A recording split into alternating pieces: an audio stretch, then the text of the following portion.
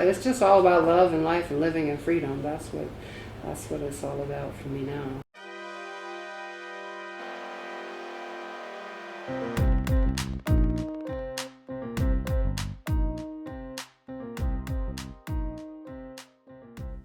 Welcome to the Rich Spinster podcast. This is Alexis, and I took a break last week. I took a break last week because I needed one. And I kept thinking to myself, I need to record my podcast. You guys, I had a really rough September. September, as all of you all know, is my favorite month of the year, and that remains so. I love September. I love everything that September offers. But September kicked my ass, y'all. It kicked my ass. But I can look back on September and say that I learned a lot. And the lessons that I learned from this September, I shall not be repeating. So I guess that's the whole point, right? When you go through things, the whole point is that you don't go through things to go through those same things again. Now, we know there'll always be things that you go through, but you don't have to go through those same things again. So September was a challenge, but listen, we overcame. You know what I have been enjoying, you guys? I have so been enjoying. My niece has been FaceTiming me with her baby, her new baby, who is so gorgeous, Yaslin. And I'm looking at this little baby, 9 pounds of perfection. And I'm like, wow, we were all that. We all started out as a clean slate. We all started out so pure and just so loving, so open. The fuck happens to us? What what the fuck happens to us as human beings? Why do we all get so fucked up? Why do we all get so fucked up? I don't know what happens to us. Well, I know what happens to us. Our parents happen to us. Life happens to us. Experiences happen to us. But when I look at my niece's daughter, it's just so inspiring. It really makes me want to be better and want to make the world better for her and for all those pure souls that are coming into the world now. It is just amazing how we start out that way. I think it's important for us to focus on the good things that are happening, no matter how large or how small. We should focus on the good things that are happening because, baby, there's a lot of shit happening out there, and none of it is good. Apparently, the National Guard was like sent to Portland. I don't know what the fuck's going on, y'all. Apparently, the National Guard was sent to Portland because what? Were people rioting over like lack of organic oats or something on a random Wednesday? I don't know why the fuck they would be in Portland of all places, but okay. So, as much as we can, if we can remind ourselves that no matter what, in the midst of every storm, there are joys to be found, and we have to be just so intentional about finding those joys. I would also like to say, just this is just random as hell, but y'all, I miss Barack Obama. I and I know you do too. If you are listening to the Rich Spencer podcast right now, you probably also miss Barack Obama, but it's not just Barack Obama and that administration that I missed. It's the feeling I had. That feeling I had about the country, that feeling I had about other people, it was different then. Do you remember the night Barack Obama got elected? I will never forget that night. I was sitting in my home in Florida. My nerves were on 10. I was drinking because I needed to calm my nerves. People were calling and I was like, don't call me. I was a wreck. And when the news came in that Barack Obama had won that election, my phone just started going off. And with every time I answered a call, all I could say was, "Oh my God, I can't believe it. Oh my God, I can't believe it."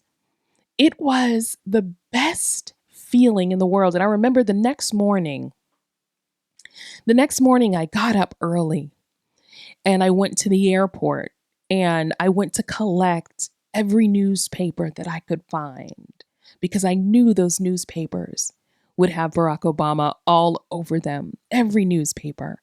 And I met a guy in the airport and we were doing the same thing, and we had a list of the papers and stuff that we were looking for. And he said, "Hey, if I find this, I'll get a copy for you. If you find it, get a copy for me." And we did that. And it was just a great time. And the country was facing such challenges, but we believed that we could overcome those challenges. Oh, not now. I don't think anybody, no matter who they voted for, has that sense of unity and hopefulness right now. But what I want to say is that still exists. And the reason that still exists is because we still exist.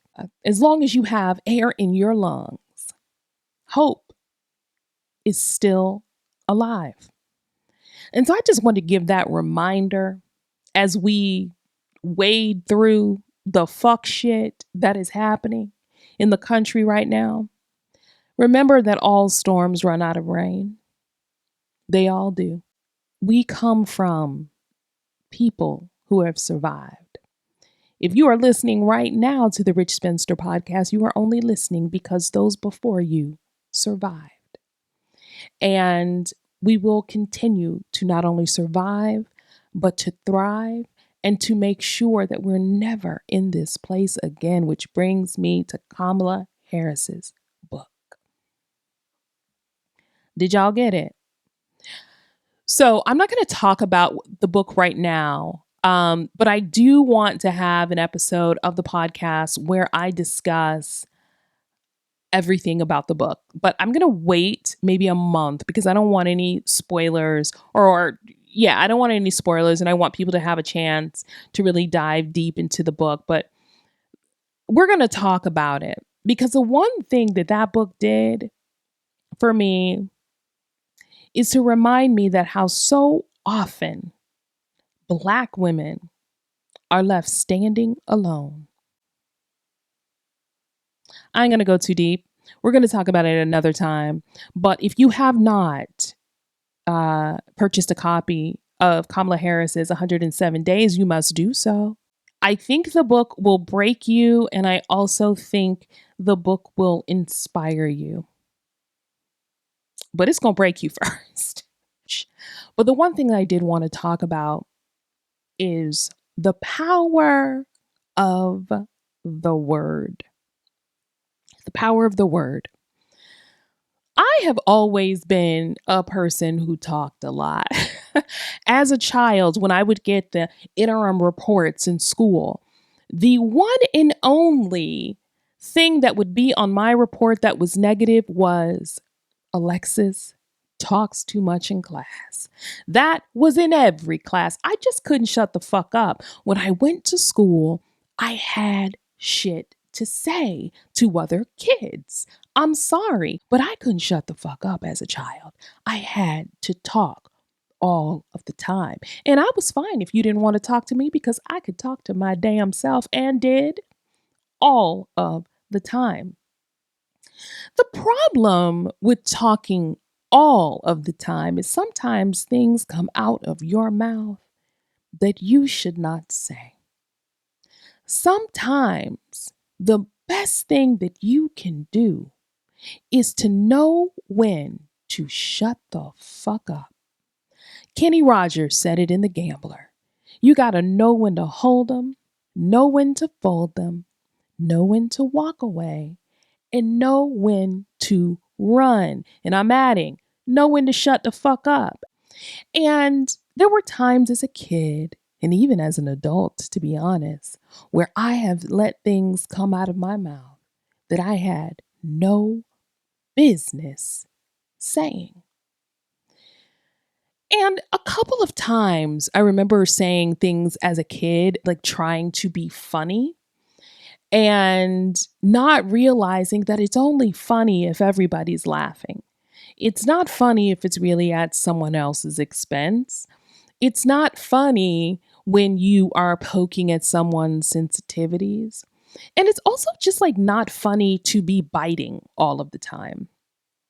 And I didn't really know that as a kid. I mean, I knew it on some level, but I would go there. And I have no why. I have no idea why. I just need to shut the fuck up sometimes. I understand how words stick with you. Sometimes they stick with you forever. I still think about things that people have said to me over the years that have hurt me. And even though those things may not currently hurt, I remember them. And I also remember what it felt like in that moment to have those words pierce me. Also, we have a culture that appreciates shade and reads. It's looked at as a skill. And though it may be a skill, and I do believe I have it, it's not one that I really want to refine. It's not one that I want to be known for. You gotta watch what comes out of your mouth because not only does it harm other people, but it also harms you. You may not see it, you may not even feel it yet, but it does harm you. Watch your mouth. And I'm thinking about this probably a lot more than I would normally because of everything I've been seeing on social media with Cardi B and Nicki Minaj. Two women who are successful decided to go on social media and take it to hell with each other, which includes talking about people's children. But as I was reading some of the tweets and reading people's responses and how people were just really in a frenzy over it, some people celebrating it. And it's like, oh, the shade, they're going back and forth. It's a fight. It was so sad to me. It was really sad to me because when I see people who obviously have each other's phone number and could resolve everything privately, take things to social media, it looks like a desperate plea for attention. Look at me, look at me, look at me. It reeks of an empty life. And I say that, yes, about two women who have on all accounts all the wealth and everything that people say that they want, but what they don't have clearly is peace. That is something money cannot buy. Money cannot buy you peace, and if you don't have it, you are lacking. You really have to watch your mouth because the words that come out of your mouth say so little about the person you're talking about and so much about you. That's what I didn't get. I did not get when my mouth was super slick that it was really a reflection on me. I'm like, no, I'm talking about her. I'm reading her. Oh, wait a minute. You mean that shit is really a reflection on me? Who I am as a person? How emotionally mature I am as a person? How evolved I am?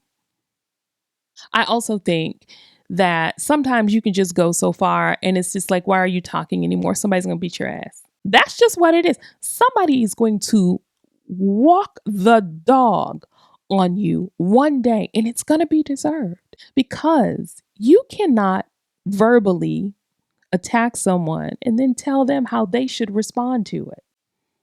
You don't have the right to tell somebody how to respond, so you don't know what's coming at you. And maybe you want that energy. I don't. You know the energy I want? Peace.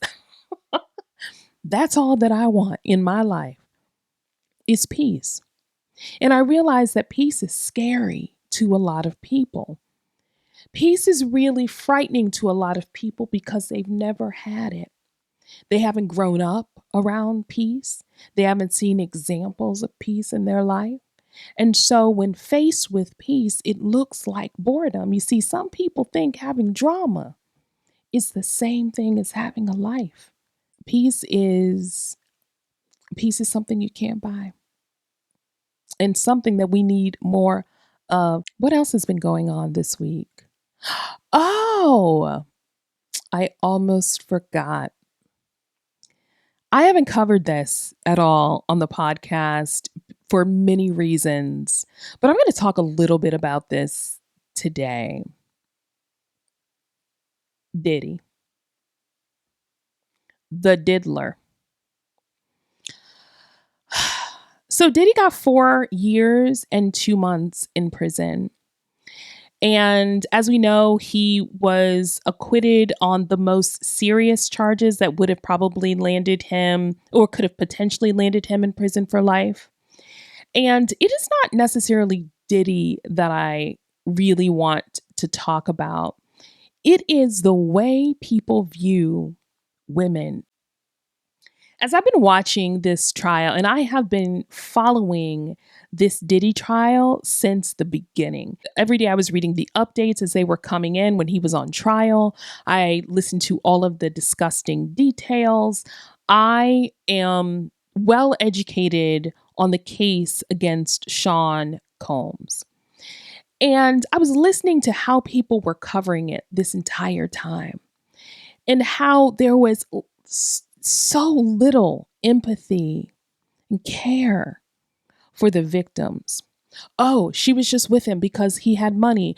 Oh, well, she should have done this and she should have listen, I don't know what it's like to be abused.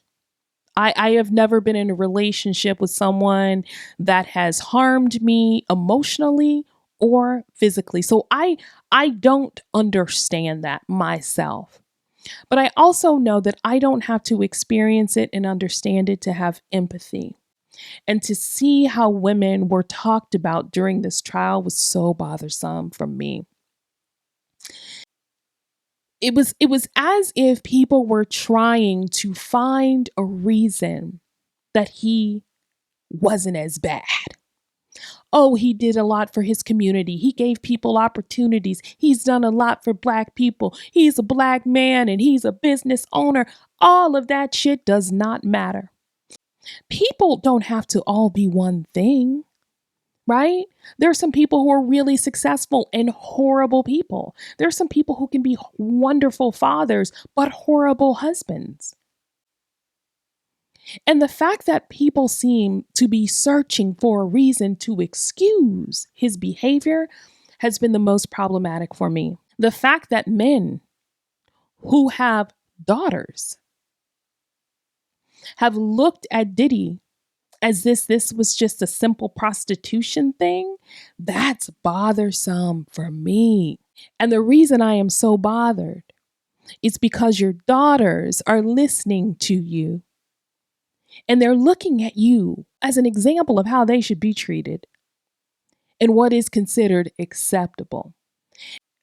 But I have been consistently bothered by the narrative of how people think about women in this country, the disgusting ways that they think about women, what they find acceptable in terms of the treatment of women. How are women getting with y'all? I've said a lot. A lot of men do not like women. I think a large percentage of men do not like women. They like pussy. That's all that they like.